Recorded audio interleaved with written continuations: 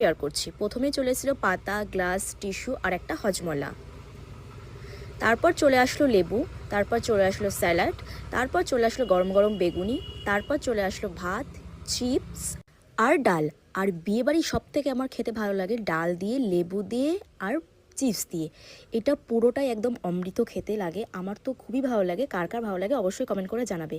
তারপর চলে আসলো এঁচোড় চিংড়ি, আর চিংড়ি মাছ খেতে আমার এত ভালো লাগে। আর আমার পাতে বেশ কয়েকটা চিংড়ি পড়েছিল। তো এইটা দিয়ে খাওয়া কমপ্লিট করার পর চলে আসলো ফ্রাইড রাইস। ফ্রাইড রাইসটাও খুব সুন্দর ছিল। আর তারপর চলে চিকেন। আর আমার চিকেন খেতে খুবই ভালো লাগে।